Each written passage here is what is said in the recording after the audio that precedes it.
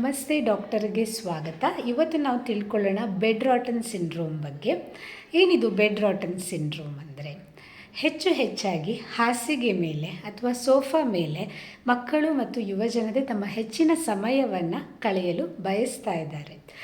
ಮೊದಲೆಲ್ಲ ಮಕ್ಕಳು ಶಾಲೆಗೆ ರಜೆ ಬಂದಾಗ ಹೊರಗಡೆ ಆಟ ಆಡೋದು, ಸೈಕಲ್ ಹೊಡೆಯೋದು, ಈ ರೀತಿಯ ಚಟುವಟಿಕೆಗಳಲ್ಲಿ ಹೆಚ್ಚಾಗಿ ತೊಡಗಿಕೊಂಡಿದ್ದರೆ, ಈಗ ರಜೆಯಲ್ಲಿ ನಾವು ಗಮನಿಸ್ಬೋದು ಏನಂದರೆ, ಅವರು ಟಿ ವಿ ನೋಡ್ತಾನೋ ಅಥವಾ ಮೊಬೈಲ್ ಸ್ಕ್ರೋಲ್ ಮಾಡ್ತಾನೋ, ಗೇಮ್ ಆಡ್ತಾನೋ ಅಥವಾ ಏನೋ ಒಂದು ವಿಚಾರದಲ್ಲಿ ಮುಳುಗಿಯೋ ಒಟ್ಟಾರೆಯಾಗಿ ತಮ್ಮ ಹಾಸಿಗೆ ಅಥವಾ ಸೋಫಾದಿಂದ ಎದ್ದು ಬರೋಕ್ಕೆ ಅವರಿಗೆ ಇಷ್ಟ ಇರದೇ ಇರೋದು.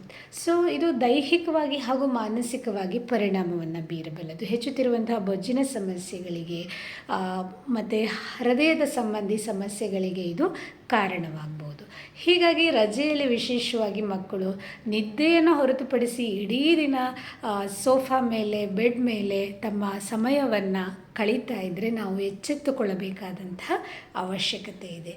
ಮನೆ ಒಳಗೆ ಓಡಾಡ್ತಾ ಇರೋದು ಅಥವಾ ಬಾಲ್ ತಗೊಂಡು ಆಟ ಆಡ್ತಾ ಇರೋದು ಅಥವಾ ಟಿ ವಿ ನೋಡುವಾಗಲೂ ಕೂಡ ಯಾವುದಾದ್ರೂ ಒಂದು ದೈಹಿಕ ಚಟುವಟಿಕೆಯಲ್ಲಿ ತೊಡಗಿಕೊಳ್ಳುವುದು ಇವತ್ತಿನ ಅವಶ್ಯಕತೆಯಾಗಿದೆ. ಈ ಬಗ್ಗೆ ಲಕ್ಷ್ಯ ಕೊಡೋಣ. ಧನ್ಯವಾದಗಳು.